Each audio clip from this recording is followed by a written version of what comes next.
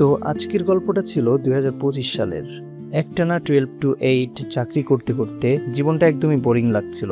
কাজের ফাঁকে বেলকনিতে দাঁড়িয়ে চোখ বন্ধ করেছিলাম। ফোনে কল আসলো বৃষ্টির। ও বলল, আমাদের না একটা ট্যুর দেওয়ার কথা ছিল ময়মনসিং। আমি বললাম, তাহলে আশিককে রাজি করা, আর আমি বিকাশকে দেখছি। কবে যাবি? আমি বললাম, কাল রাত পর্যন্ত আমাদের প্ল্যান ছিল আমরা ময়মনসিং যাব, কিন্তু সকালে উঠে আমরা কুমিল্লা চলে গেলাম। আর এভাবেই শুরু হলো আমাদের কুমিল্লার ট্যুর। আমরা বাস থেকে নেমে গিয়েছিলাম শালবন বিহার। শালবন বিহারে আমরা কিছুক্ষণ ঘোরাঘুরি করলাম আর অনেক মজা করলাম।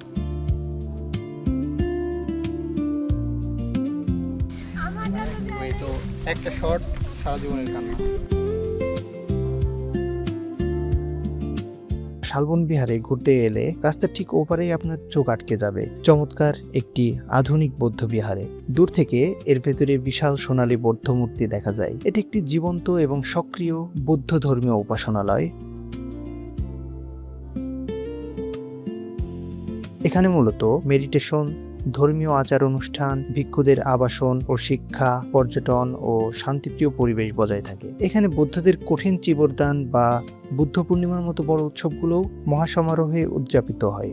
এই বিহারের প্রধান আকর্ষণ হলো এর ভেতরে বিশাল ও দৃষ্টিনন্দন সোনালী বুদ্ধ মূর্তিটি, যা থাইল্যান্ডের বৌদ্ধ মূর্তির আদলে তৈরি করা।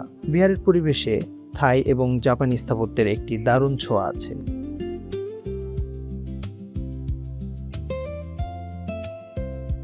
আর এখান থেকে আমরা চলে গিয়েছিলাম কুমিল্লার বিখ্যাত বার্ড হচ্ছে Bangladesh academy for rural development. এখানে অত্যন্ত শান্ত পরিবেশ, ছোট ছোট পাহাড় যেগুলোকে আপনারা টিলা বলে চেনেন। ছোট ছোট টিলার উপর অবস্থিত এই বার্ড, চারপাশ সবুজে ঘেরা। যেখানে একটা পাহাড় ছিল নাম নীলাচল। আর জাফর ইকবালের দীপু নাম্বার 2 এর শুটিং এর একটা অংশ এখানে হয়েছিল।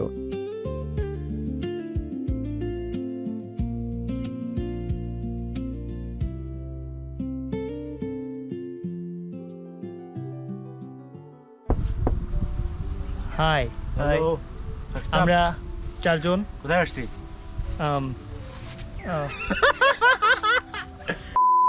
Sorry, short time memory loss.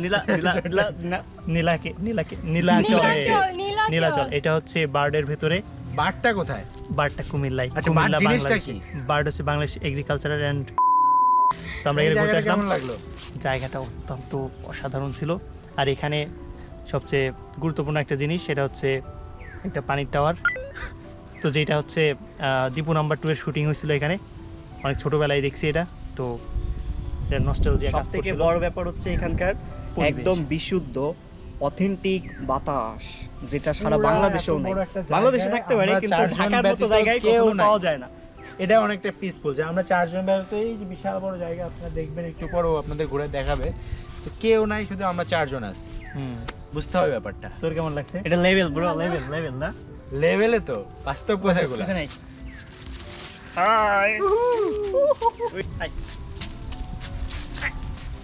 আমি কই?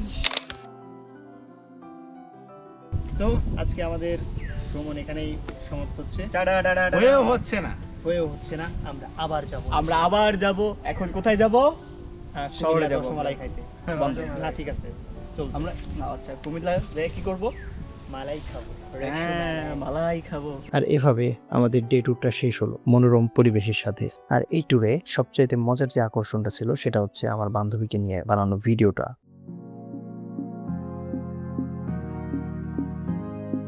साहिबा आए घर काहे ना, ऐसे तो सताए ना, देखूं तुझको चैन आता है। साहिबा नींदे वींदे आए ना, रातें काटी जाए ना, तेरा ही ख्याल दिन रहन आता है। साहिबा समंदर मेरी आंखों में रह गए, हम आते आते जाना तेरी यादों में रह गए।